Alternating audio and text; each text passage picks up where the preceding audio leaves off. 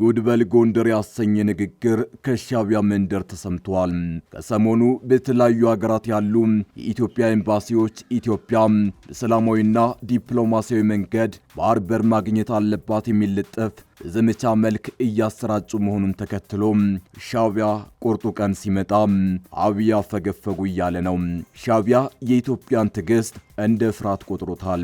ከአፍሪካ አምስተኛ ግዙፍ ሰራዊት ያላት ሀገር ፈራችኝ እያለ ነው ሻቢያ። እውነታው ግን ኢትዮጵያ አሰብን በህጋዊ መንገድ አስመልሳለሁ ማለቷ ነው። ይህ አቋሟ ግን እንደ ፍርሃት ተተርጉሟል።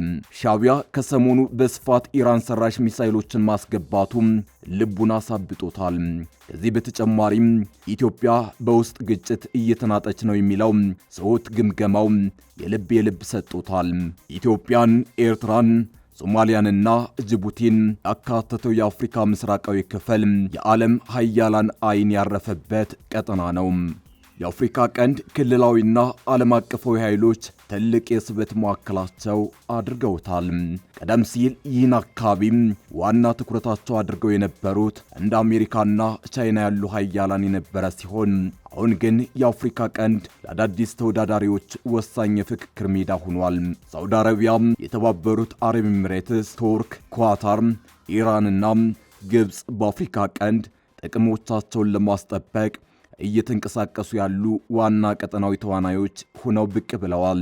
በአሁኑ ጊዜ አሜሪካን፣ ፈረንሳይን፣ ጃፓንን፣ ቻይናን፣ የተባበሩት አረብ ኤሚሬትስንና ቱርክን ጨምሮ 11 ሀገራት በቀይ ባህር ዳርቻ ላይ የጦር ኃይል ሰፈር አላቸው።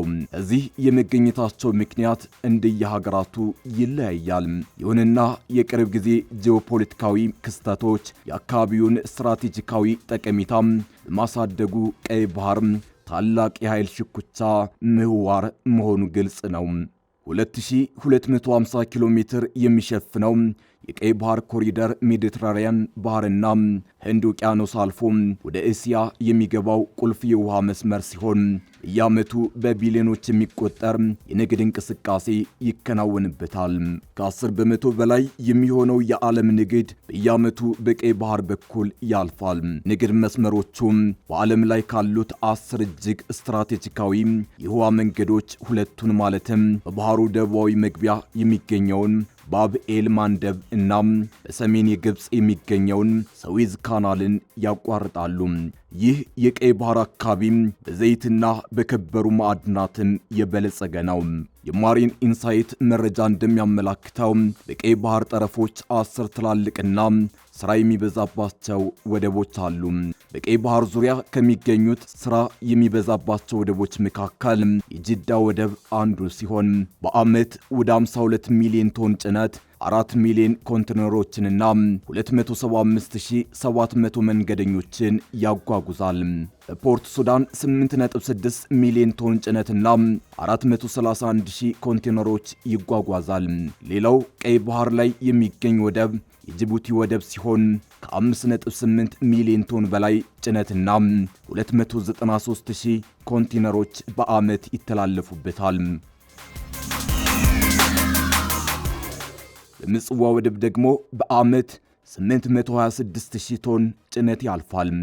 የሳውዲ አረቢያ ንብረት የሆነው የአንቡ የንግድ ወደብ 1.8 ኪሎ ሜትር ርዝመት ያለው ሲሆን በዓመት 13.5 ሚሊዮን ቶን ጭነት የሚያስተናግዱ 12 ማረፊያዎችና 1500 መንገደኞችን ማስተናገድ የሚችል ልዩ የመንገደኞች ተርሚናል አለው።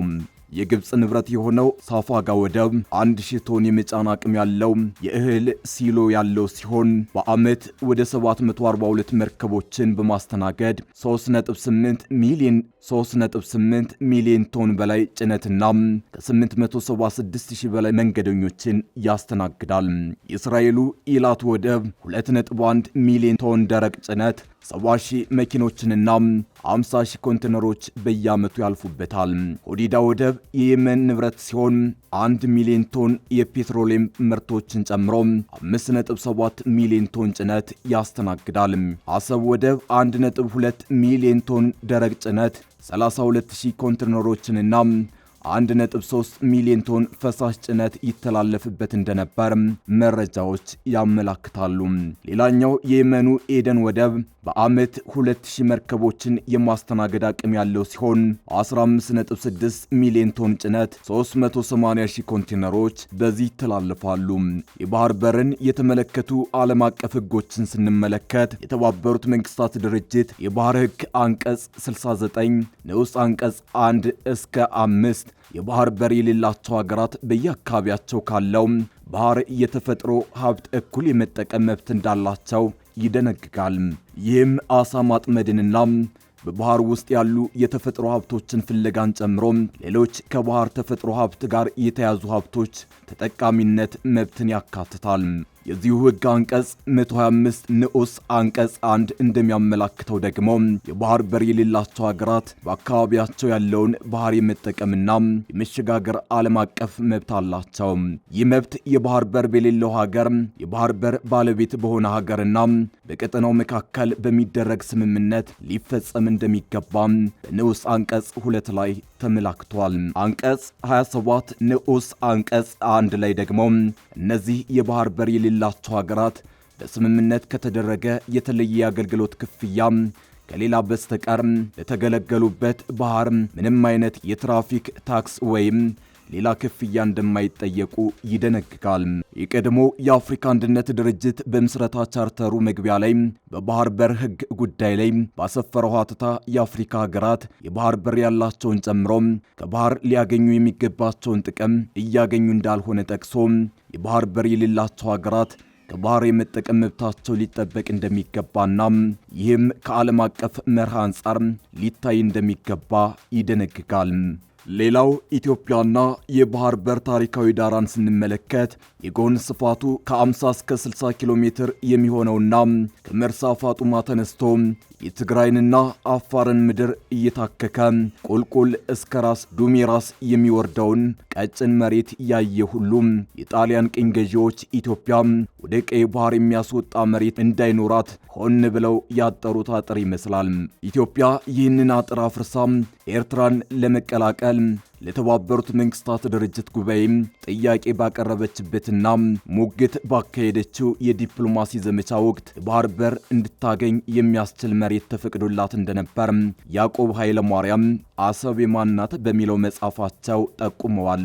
የኢትዮጵያ የወቅቱ ጥያቄ መላዋን ኤርትራ ከኢትዮጵያ መዋሃድ ስለነበር ተለይቶ የተሰጣትን የባህር በር የማግኘት አማራጭ አልተቀበለችውም ነበር።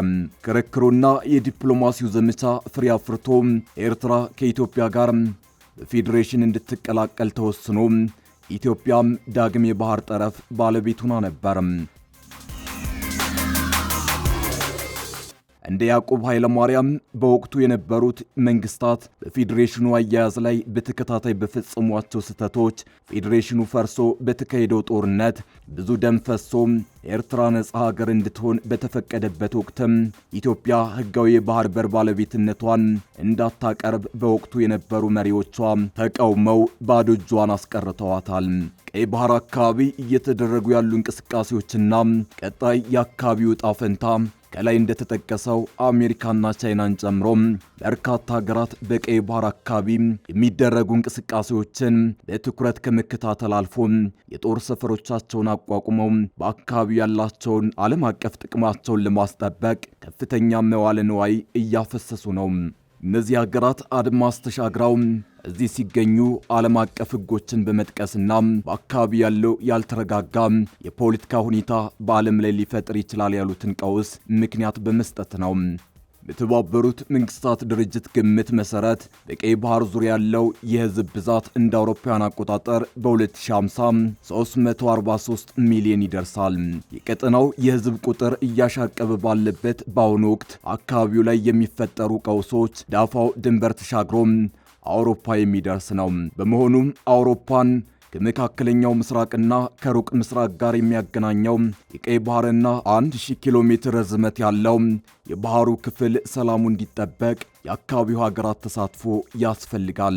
በአሜሪካ ውጭ ጉዳይ መስሪያ ቤት ለ24 ዓመታት ያገለገሉትና በአሁኑ ጊዜ ዋሽንግተን ዲሲ በሚገኘው የአረብ ማዕከል ተባባሪ ባልደረባ የሆኑት ቻርለስ ዱኔ እንደሚሉት ቀይ ባህር ወሳኝ ኢኮኖሚ የደም ቧንቧ ሲሆን ተፈላጊነቱ በመጪዎቹ ዓመታትም ከዚህ በላይ እየጨመረ ሊሄድ ይችላል። በጂኦፖለቲካዊ አገላለጽ ምናልባት ከአሜሪካና አውሮፓ ፖሊሲ አውጪዎች ነባራዊ የመካከለኛው ምስራቅ ትኩረት የበለጠ አካታች የፖሊሲ ትኩረት ሊሰጠው የሚገባ ሆኖ መታየት አለበት ይላሉ። በአካባቢው ያለው የአፍሪካ ክፍል በመሰረተ ልማት ጥረትና በምጣኔ ሀብት እድገት ኋላ ቀር ቢሆንም የቀጠናው አቅም እያደገና የሕዝብ ቁጥሩ እየጨመረ ሲመጣ በቀይ ባህር አካባቢ ፖለቲካዊ፣ ኢኮኖሚያዊና የትጥቅ ግጭቶችና የፖለቲካ አለመረጋጋቶች እየሰፉ እንደሚሄዱ ተንታኞች ይገልጻሉ።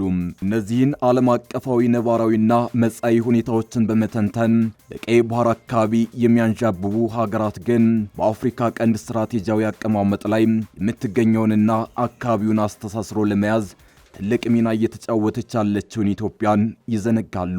ከ7 ዓመታት በፊት በነበረው የሀገሪቱ አመራር ዳተኝነትና በጉዳዩ ላይ የሚነሱ ጥያቄዎችን ማዳፈን የኢትዮጵያ የባህር በር ጥያቄ ወደፊት እንዳይመጣ ያደረገ ዋነኛው ምክንያት ነበር። ሌሎች ሀገራትም ይህን የኢትዮጵያን መዘናጋት በመጠቀም በአካባቢው ላይ የተለያዩ ጥረቶችን እየፈጠሩ ይገኛሉ። ለአብነትም በሳውዲ አረቢያ አስተባባሪነት የተመሰረተው የቀይ ባህር ጥምረት የሚጠቀስ ነው። 8 ሀገራትን ያቀፈውና እንደ አውሮፓውያን አቆጣጠር በጥር 2020 ሳውዲ አረቢያ አንቀሳቃሽነት የተመሰረተው የቀይ ባህር ጥምረት ሲቋቋም ኢትዮጵያንና ሌሎች የጉዳዩን ባለቤቶች ማግለሉ ፍትሃዊ ካለመሆኑም በላይ የጥምረቱን ውጤታማነት ጥርጣሬ ውስጥ ያስገባ እንደሆነም ይገለጻል። ዛሬ የኢትዮጵያ ሕዝብ ከ130 ሚሊዮን በላይ ሲሆን ይህም ኢትዮጵያን በዓለም የባህር በር ከሌላቸው ሀገሮች ከፍተኛ የሕዝብ ብዛት ያላት ሀገር ያደርጋታል። በአፍሪካ ኢትዮጵያን ጨምሮ 17 ሀገሮች የባህር በር የሌላቸው ሲሆን በእነዚህ ሀገራት ከሚኖረው አጠቃላይ ሕዝብ 1/3 የሚገኘው በኢትዮጵያ ነው። ይህ ሁኔታ ደግሞ በቀጣይ በአካባቢው ላይ የሚፈጥረው ተጽዕኖ ቀላል ባለመሆኑ ኢትዮጵያን ያካተተ የጋራ ተጠቃሚነት ላይ መስራት ምንም ምርጫ የሌለው ጉዳይ ነው።